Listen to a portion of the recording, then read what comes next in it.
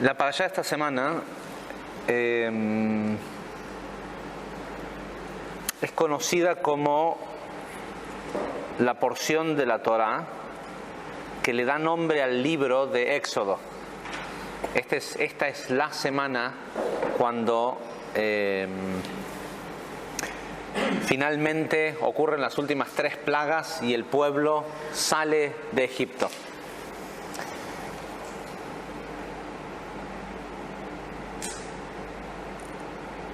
Y es sumamente interesante el nombre de la parashá. El nombre de la porción es Bo. Bo quiere decir ven.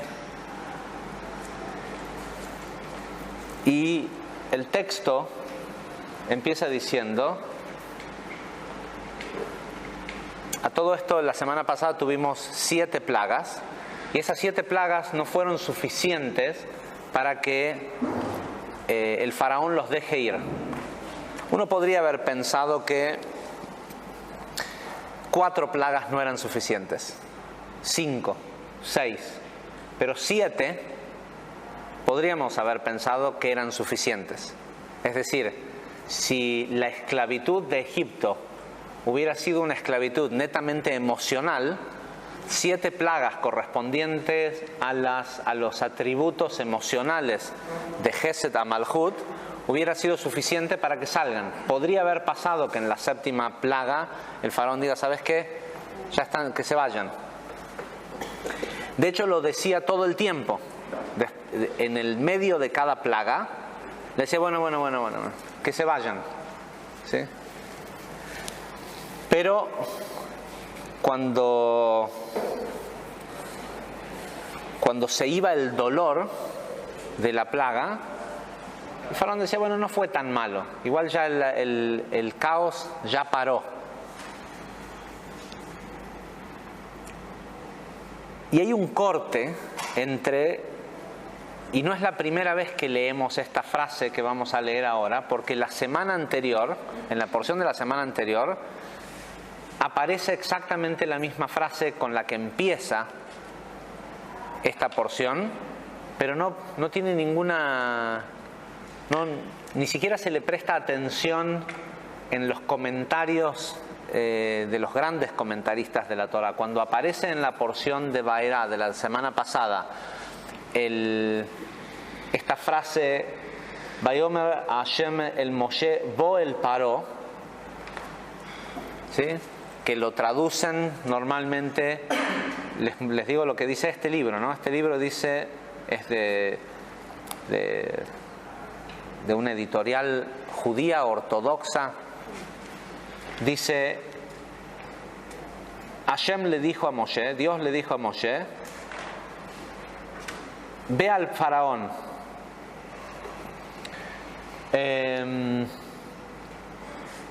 porque es lógico, ¿no? ¿Qué le va a decir Moisés? Dios le va a decir, vení al faraón, que el faraón estaba, veníes a donde estoy yo. Cuando uno dice vení, es acá donde estoy yo. Entonces, si Dios dice, vení al faraón, claramente se puede interpretar de que el faraón estaba en donde está el que está hablando. Y como el que está hablando acá es Dios, es difícil de entender.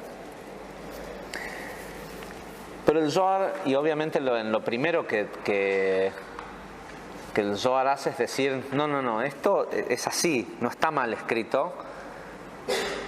Lo que el Creador le está diciendo a Moisés, ok, ya probaste con los otros 7 niveles, pero ya tendrías que saber, yo te revelé a vos el nombre completo, todo cómo funciona el árbol. Ya tendrías que saber que la parte emocional no es autónoma, depende del intelecto.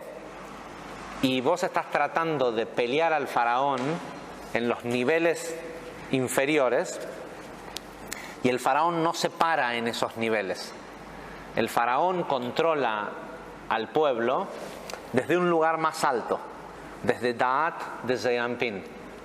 ¿Sí? Es decir, el faraón, la conciencia del cuerpo, no tiene una inteligencia de autocontrol. controla al cuerpo desde algo muy sutil que pareciera ni siquiera existir, que es la percepción de la realidad. Todo lo creado y todo lo que ocurre en esta creación tiene un solo propósito, que es la liberación de los seres humanos. Liberar al hombre, o sea, que el hombre sea libre, ¿sí? Por sobre todo libre de la opresión de la conciencia del cuerpo. Y esta semana hay una energía de liberación, con lo cual todo evento que ocurre esta semana, seguramente el propósito que tiene detrás, el para qué, es para generar algún estado de liberación de un estado de esclavitud que no es emocional. Es un estado de esclavitud que viene de las... Si no hubiera pasado la semana anterior. No hay diferencia. A los hechos no hay diferencia si es una semana u otra. Pero el hecho de que ocurra durante una porción determinada de la Torah, es decir, de que ocurra durante el proceso de liberación, pero no en lo emocional, sino en lo intelectual, yo me atrevería a asumir de que hay un mensaje detrás de eso, ¿sí? Y que hay un mensaje que pasa por nuestro intelecto, el cómo interpretamos la realidad, por sobre todo.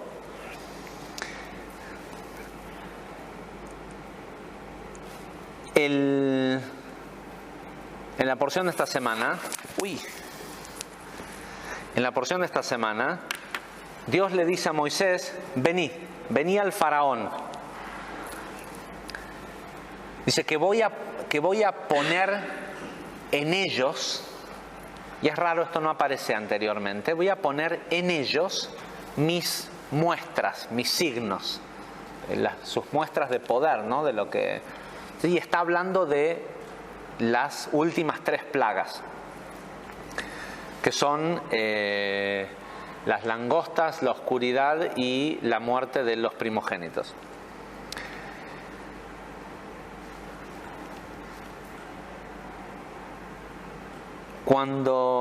Y sabemos la semana pasada, cuando Moisés empieza a desplegar todas estas plagas, en realidad no fueron todas Moisés, la mayoría las ejecutó Aarón, que también hay una lección muy interesante detrás del por qué el que hacía las plagas era Aarón, que tiene que ver con que a Moisés Egipto, el Nilo, un montón le habían salvado la vida, y él no podía, no estaba en su esencia hacer algún tipo de mal contra alguien o algo que alguna vez lo hubiera ayudado.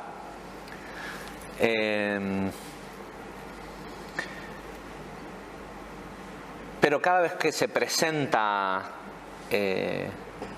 Moisés ante el faraón lo ignora por el tema de que el Dios que supuestamente Moisés dice que lo manda a hacer todo esto, él le dice de que él no lo conoce, no conoce ese Dios, ¿sí?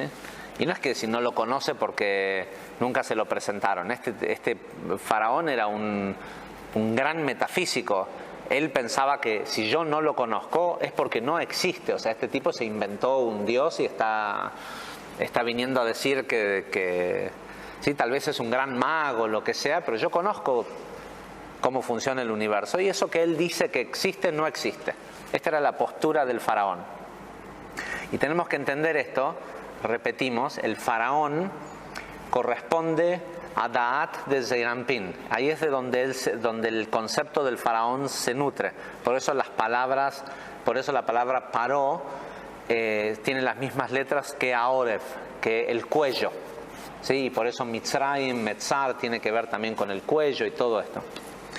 Es decir, el faraón, nuestro Da'at, nuestra percepción, nos hace hacer cosas por las cuales las leyes de causa y efecto después nos traen plagas, nos castigan. ¿Pero por qué las hacemos? Porque nos convence de que ese Dios no existe. ¿Sí? Esta idea de que el faraón se le endureció su corazón, mientras le duele a la persona, dice, ay, no lo voy a hacer nunca más. ¿sí? Pero cuando se pasa el dolor y se hace responsable y dice, sí, es mi culpa, pero cuando se le pasa el dolor, dice, bueno, el otro también tenía un poco de culpa. ¿Sí? Empieza a buscar dualidades. Y primordialmente lo que busca es, sí, tráeme un científico que me diga de que es normal que el agua se ponga roja. Es decir, mostrame algo en el mundo físico que me sirva de excusa para decir, no, no era mi culpa. Fue la política, la situación económica, fue sí, al final cuando se va el dolor, la persona empieza a buscar culpables en el mundo físico para justificar que no pudo ser exitoso en precipitar eso que quería hacer. ¿Sí? La culpa siempre la tiene otro. Y ese es el faraón, porque lo que el faraón nos dice es ese Dios que dicen ahí en el curso, es los secretos del éxito, no existe. Dice, el faraón no conocía, esto dice Lari, Rabitzak Luria, dice, el faraón no conocía los aspectos que significan, que manifiestan el nombre Yud-Kei Vav-Kei. ¿Sí? No conocía el nombre, a este nombre de Dios, no conocía al nombre Avaya.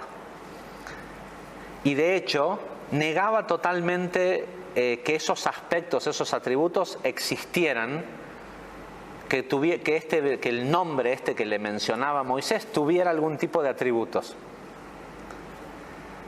Tal como está escrito, el faraón dijo, yo no conozco Avaya, no conozco Yud-Kei Vav-Kei. Y no es que no le estaba diciendo, no, yo soy un ignorante, al revés, le estaba diciendo, yo soy el tipo que más sabe de todo esto y te digo que eso no existe.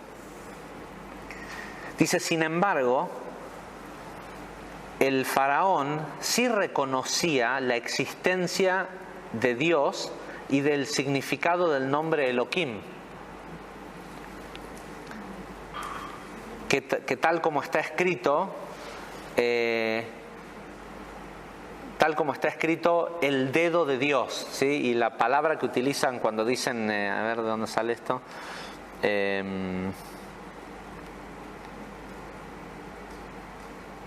de Ivid 8:15, dice el dedo de Dios. Cuando aparece la palabra Dios, aparece el dedo de Elohim. Nosotros sabemos que el nombre Yud-Kei Vav-Kei representa la esencia divina desde un aspecto de misericordia. Y el nombre Elohim representa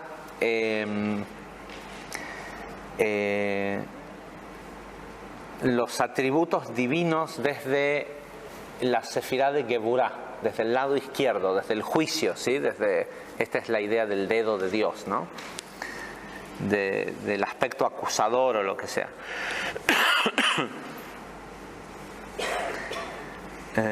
Dice el nombre Avaya, ¿sí? Yud-Kei Vav-Kei, expresa la capacidad trascendental de la divinidad o de los aspectos divinos de Dios, los cuales no tienen ningún tipo de límite y no pueden ser